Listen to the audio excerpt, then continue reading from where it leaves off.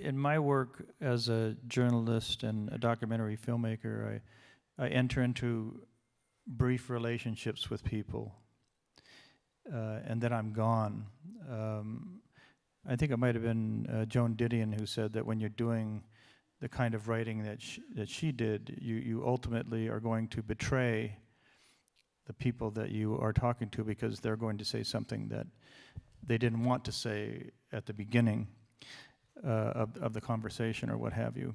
So, but it strikes me that you, certainly in a Paragon, and obviously certainly in American Mother, enter into these deep relational situations with people, and that you don't leave. You're still talking to Bassam and Rami, obviously Diane Foley, you're close to. So, tell me about that process of establishing these relationships with people who are in the most vulnerable position that a human being could be in, losing their children. Can you talk about that a little bit? Sure. I mean, that's a tough thing to talk about, but I suppose, Kelly, I mean, the way I think about it is I like the world. I like people. I'm really interested in listening to people and maybe even introducing people to one another when they won't do it themselves. And part of the beauty of literature is that you can become something, you can step into something that you that is different. And for me, the job with Rami and Bassam, so Rami is Israeli, Bassam is Palestinian. They both lost their daughters. And I went to them and said, I'd like to tell your story. And they said, yes. I'm like, okay, guys, yeah, that's great, but, I make stuff up. And they said, well, that's okay. And I was like, seriously? That's okay? If I'm going to write a novel and I'm going to make stuff up? And they said, yes, because what you don't realize is that so much has been taken from us, and that if you can capture even just a portion of our grief or a portion of the power of the story that comes afterwards, that will be enough. And they gave me carte blanche to do the things that I wanted to do. You entered into Israel and Palestine, and whenever you're writing about that situation, that conflict, you're going to get boxed around. But it just strikes me that one of the things that was fascinating to me about the book, I mean, Edward Said called it sort of geographical violence, but being on that motorcycle, following you through these different areas and territories where you didn't really know where you were, whether you were in danger, whether you were close to home, whether the olive tree is your olive tree or it's on the other side of the fence. So yeah, expand on that a little bit, because I think in your book, Letters to a Young Writer, you said that the writer's job, the novelist's job, is to cut through the fence, and I thought that was a great analogy.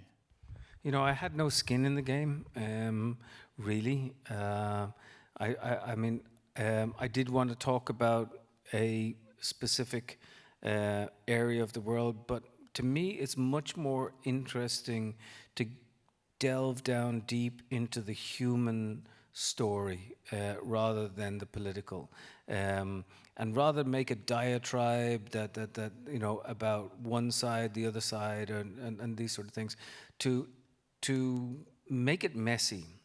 I'm constantly reminded of Walt Whitman when I think about how we should write. Do I contradict myself? Very well then, I contradict myself. I am large, I contain multitudes. And one of the things that I think we've forgotten about writing and writers is that we must be multitudinous. And this messiness is actually a really good thing, because we live in an age which is diseased with certainty. Like everybody is so freaking certain, you know.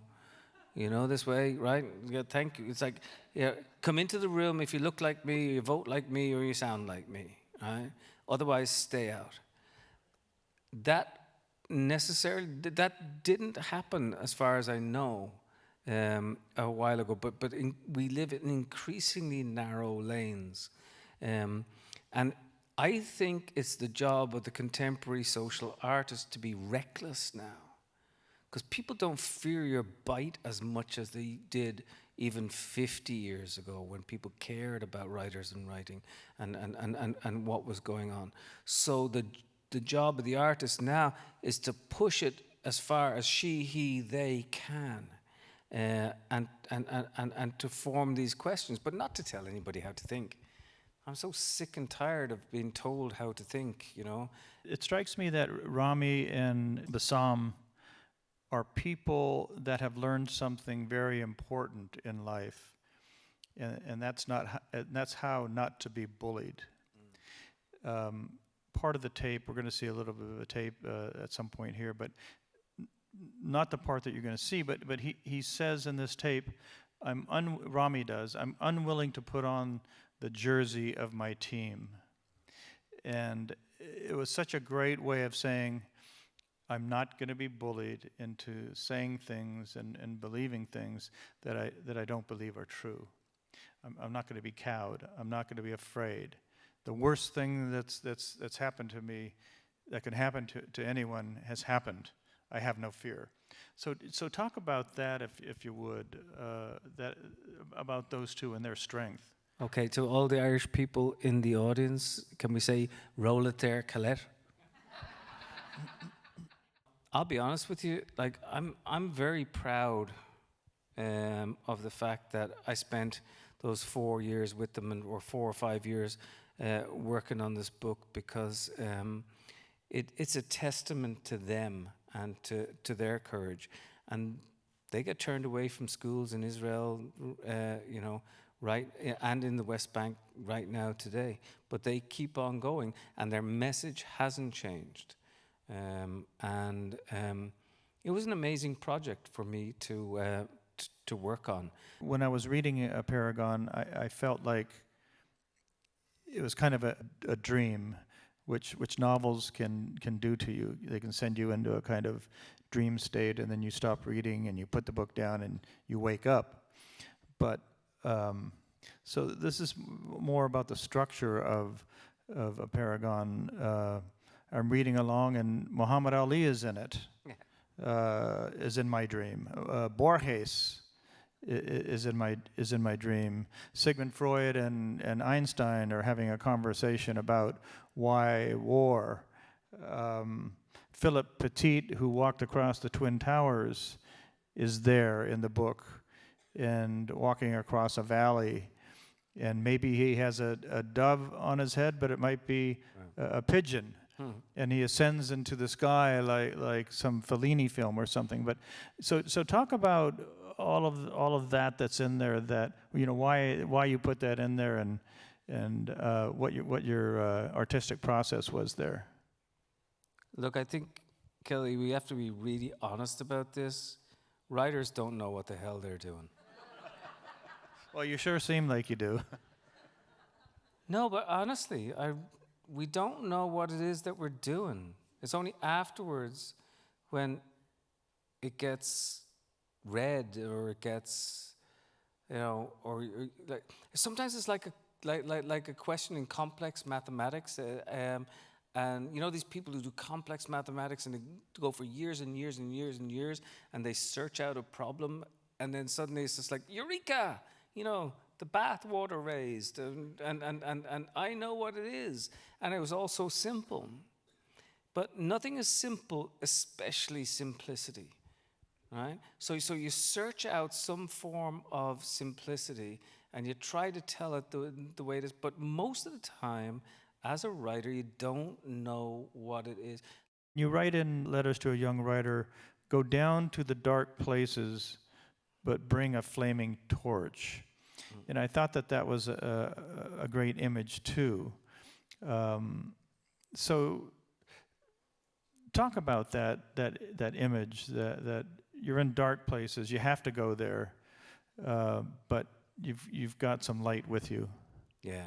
I mean, here's the thing. How dare you have hope, especially nowadays?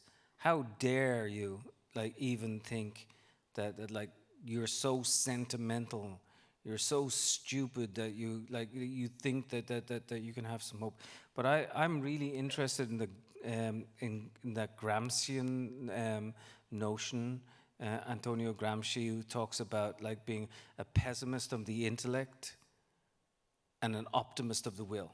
In other words, be a pessimist of the intellect. Know that it is all entirely dark. I will sit with any cynic in this room, and I will sit with you for hours and hours and hours, and I will agree with everything that you have to say. And then I will say, so fucking what? Right? And that is where the optimism must come in, because you must vault away from this, from the pessimism, because that's okay. I will tell you that pessimists hate this. When pessimists get called sentimental, they go mental. Because they love to call me sentimental, because like I talk about optimism. But pessimism is sentimental purely because it refuses to travel outside of itself. And I think that's the absolute definition of sentimentality, a refusal to travel elsewhere. And I think the optimist is the muscular one, because she, he, they travel elsewhere. That's my like crazy answer to this. Yeah, I know that you like Jim Harrison, the writer Jim Harrison. I love And Jim Harrison.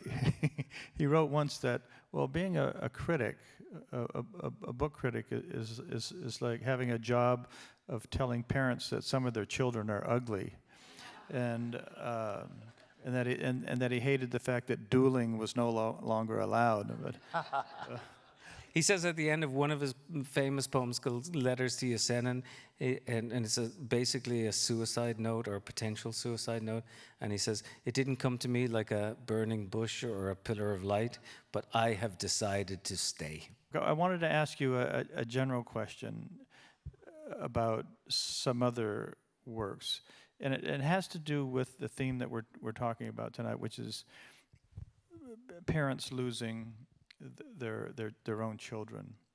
It's a central part of As the Great World Spins.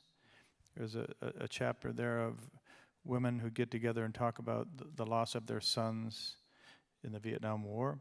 There's a prostitute named Tilly who loses her daughter. In Transatlantic, at the end, there is a mother who loses her son through sectarian violence. I mean, obviously a paragon, obviously American mother. So I'm not exactly sure what the question is, but I speculated in my mind that growing up in Ireland, this is what you heard during certain periods of time of the Troubles every day, of parents losing their children. So I don't know if you want to take that anywhere or whatever, but No, it's a great question, because I don't know the answer. And I really don't know the answer. I don't know why this is on my mind. My parents didn't lose a child. I haven't, touch wood, lost a child in the same way. And yet it's a theme I come back to again and again and again, and I recognize it, and I can't quite escape it. I think it's something that, in the language, we don't have a word in the English language, nor the Irish language, nor Spanish, nor French, nor a lot of languages, except Hebrew and Sanskrit, for a parent, a specific word for a parent who has lost a child. We say bereaved, we say all these things. We have orphan, we have widow, we have widower, but we don't have a specific word. And for me, I don't know. We're going to talk about American Mother, which is I think the apex of this situation for me in terms of literature. It's a book about Diane Foley, who's the mother of Jim Foley, who was killed in Syria 10 years ago, this year, 2014. It's a man in the desert in an orange jumpsuit on his knees with a man beside him in a black balaclava holding a knife. I don't need to expound too much more on what that photograph is or where you were at the particular moment that you saw or where I was when I saw that photograph. That same day, however, friends of mine sent me another photograph of Jim Foley at a different time, in a different place, in a happier space, in a bunker somewhere, and he was reading a book, and the book happened to be Let the Great World Spin. So, yes, exactly. So just imagine how it felt that I was holding these two photographs on the exact same day, and it broke my heart. I eventually wrote to Diane and I said to her, look, your son died in this way. If ever you want somebody to write about your son, or if ever you want someone to tell your story, I'd be willing to be there. Really, the book takes place over the course of 3 days where she talks with her son's killer, and then she sort of recollects her whole life at the same time too. What an incredible... I'll just put it to you this way. I walked into that Virginia courthouse in a big windowless room, and there were FBI agents, and there was defense, and there was prosecutors and court clerks and security guards and all sorts of stuff. And Diane Foley, at the age of 73, walks across that room and sits down in front of her son's killer, who's aged 37, and she says, "Good morning, Alexander. It is nice to meet you." But she had a complicated series of emotions. But basically what I think she wanted to say, which is what Rami and Bassam want to say, is that you have not taken my son from me. You have not taken my daughter from me. Life goes on. And I think what these people are saying is very complicated. It goes back to your thing about Jim Harrison. Jim Harrison says, death takes away a lot of things, but it will not take away our stories. Yeah, I was fascinated by the fact that she felt that Jim was in the room with her because, you know, very often in literature, when a spirit comes back, they can be very demanding. They can demand revenge on the walls of the mural walls in Belfast, mostly in the loyalist areas now. They demand the redemption of the nation. And it seemed to me that she felt like he was a partner with her, rather than making demands upon the living. That's beautifully said. I think that she decided very early on that she was not going to turn justice into revenge. Over the 10 years since her son died, her great triumph, and this is part of the beauty of the story, this is where it comes in, like pessimism of the intellect and optimism of the will. This is where the optimism of the will comes in. She decided that she was going to turn her grief into something profound, and she's going to change. And the way we think about hostages, hostage taking, is absolutely changed because of the way Diane Foley went, and as a woman in her late 60s, early 70s, said, I can do this. And talk about like an example to all of us and to young people everywhere, that you and I talked about this about a little bit earlier, but finding the possible within the impossible. That's what Diane Foley does. At the end of Let the Great World Spin, you have a quote there that it's a question. You ask, what sort of ontological glue holds a man in the air, referring to the tightrope walker who walked between the Twin Towers. And he gets to the end, he steps off the wire, and then you quote Yeats, but in a different, you switch it around, and you say, things don't fall apart. So I guess the question is there some ontological glue that kind of holds us together, that holds your stories together, that some ethical substance that you can find in things that you write? It's a beautiful question. I don't think I've been asked it as profoundly ever before. And yeah, I do think there is some sort of ontological glue, though I'm not quite sure that I can necessarily express it. But I do believe in the possibility of us, changing things and being better. Look, I'm reminded of a lot of the great writers and philosophers who, at the end of their lives, say things like, "Oh, the one thing I've learned in life is that we need to be nicer to one another," right? Or to be good, to be good, to be good. All of these things, and I think that it takes a good deal of courage for people to stand up.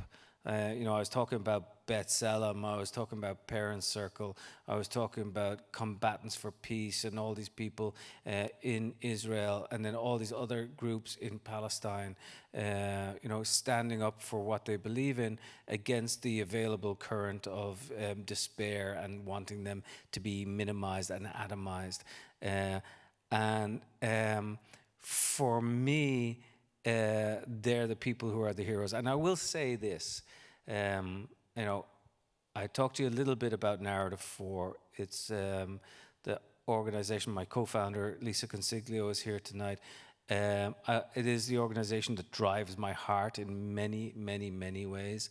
There are artists involved, there are students involved, but there are also teachers involved. So when I talk about Narrative 4 and what we're doing with young people stepping into one another's shoes, so much of it is operated and facilitated by teachers. And they are, to me, the true heroes of what's going on. Do you mind if I ask you a question about sports? Oh, please, yeah, Stoke City, Stoke City. But I went back and starting reading all of Camus recently. To see if it resonated with me, because I'd read him in college. And here comes the sports. Camus played a goalkeeper in soccer, and he said he learned everything about morality on the soccer pitch, what the rest of the world calls football. Your father was a goalkeeper, and I read a wonderful story about you and your father. I think it might have been in the New York Times, but it was about soccer and about baseball, and you've written about boxing. So what in the world of athletics interests you? And I know it connects to your father in some way, but can you talk about that a little bit? I don't know, but I will say this is one of the best interviews I've ever had. Wow. I mean, seriously?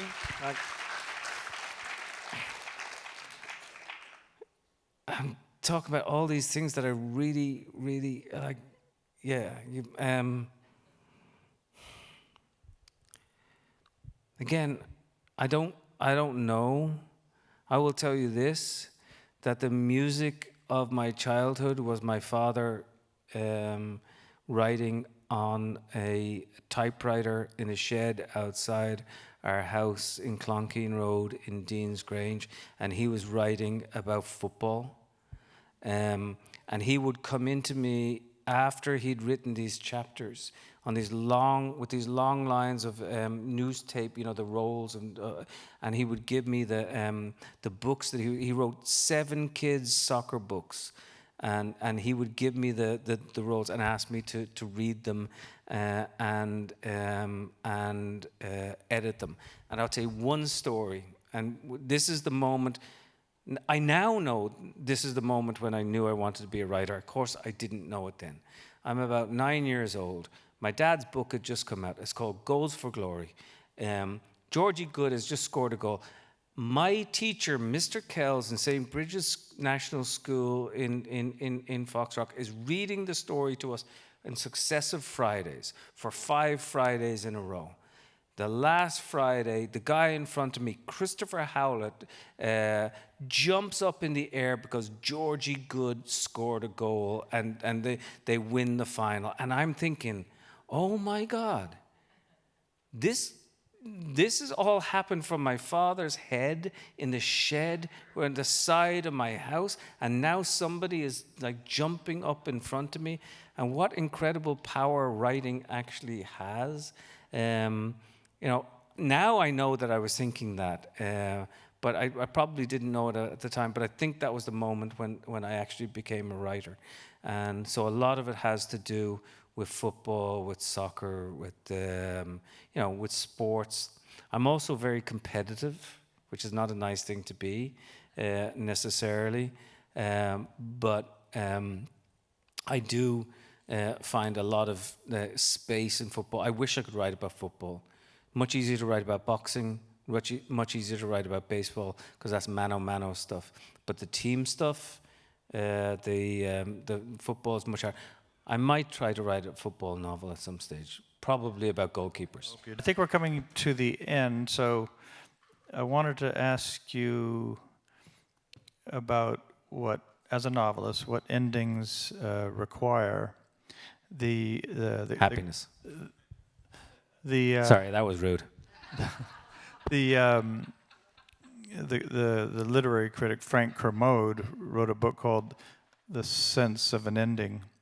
And he said that really the sound of a clock is tick, tick, not tick, tock.